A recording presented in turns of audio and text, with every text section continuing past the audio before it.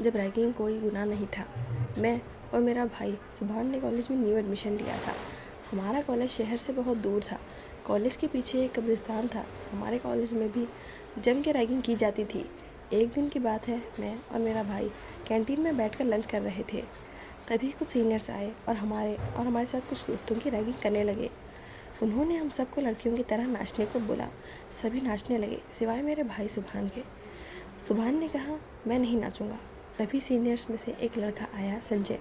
उसने कहा, रैगिंग को हम करेंगे, ये नहीं तो कुछ और करना पड़ेगा। सुभान ने बात मान ली। संजय ने कहा, कब्रिस्तान में रात को 3 बजे जाकर मैरी नाम की एक कब्र पर मोमबत्ती लगाकर 3 बार उसका नाम पुकारना पड़ेगा। बोल, मंजूर है? मेरे भाई ने बात मान ली। रात के 3 बज गए। मैं, मेरा भाई और कुछ सीनियर्स चल पड़े कब्रिस्तान की ओर।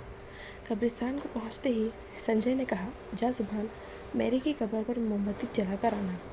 सुभान आगे बढ़ गया। हर तरफ अंधेरा और सन्नाटा था। पत्तों की आवाज़ डरा रही थी। थोड़ी दूर जाने के बाद सुभान ने देखा, एक कब्र पर एक औरत बैठी रो रही थी। उसकी आवाज़ से कब्रिस्तान दहल उठा।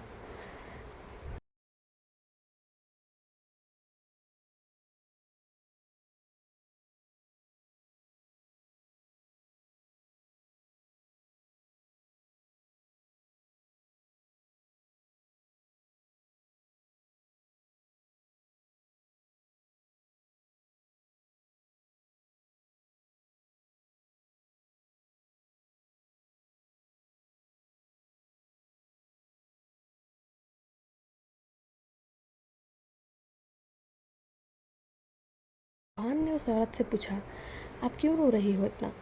इतना कहते ही औरत ने कहा, आगे तुम्हें तुम्हारा दोस्त मिलेगा, मगर उससे बात मत करना।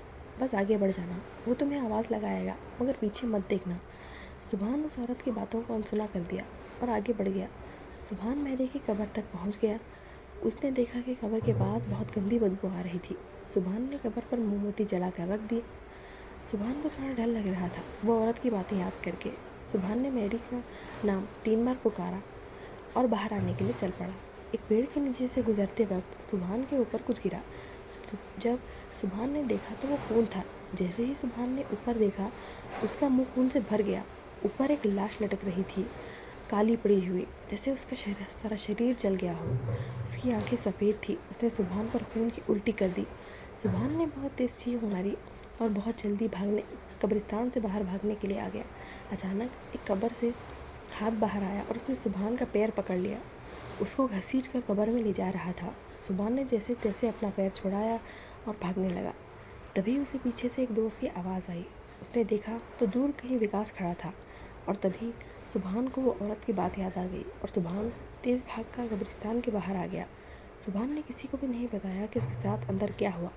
अगले दिन सुबह सुभान को विकास मिला। सुभान ने पूछा, तो कल कब्रिस्तान आया था? विकास ने कहा, नहीं, मैं तो 2 दिन से गांव में था, आज ही आया हूँ। सुभान ने कल की सारी बात विकास को बताई तो विकास ने कहा कि मैंने सुना है कि एक मैरी नाम की लड़की थी, 1998 के बैच की।